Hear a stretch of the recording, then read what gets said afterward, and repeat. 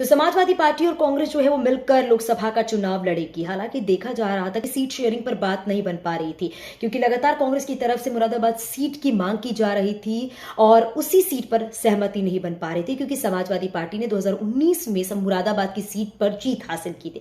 अब जब कांग्रेस की तरफ से मुरादाबाद सीट छोड़ दी गई है तो अखिलेश यादव की तरफ से 17 सीटों का ऑफर कांग्रेस को दिया गया है, जिस पर पूरी तरीके से सहमति बन चुकी है और 17 सीटों पर कांग्रेस जो है वो लोकसभा चुनाव में उतरेगी। यानी गठबंधन में ये दोनों पार्टियां चुनाव लड़ेंगी और बताया जा रहा है कि इस बार पार्टी में किस तरीके से हलचल मच चुकी है और लोकसभा चुनाव की तारीखों का कुछ समय के बाद ऐलान हो जाएगा, इसीलिए सभी पार्टियों की तरफ से तैयारियां भी शुरू हो गई हैं।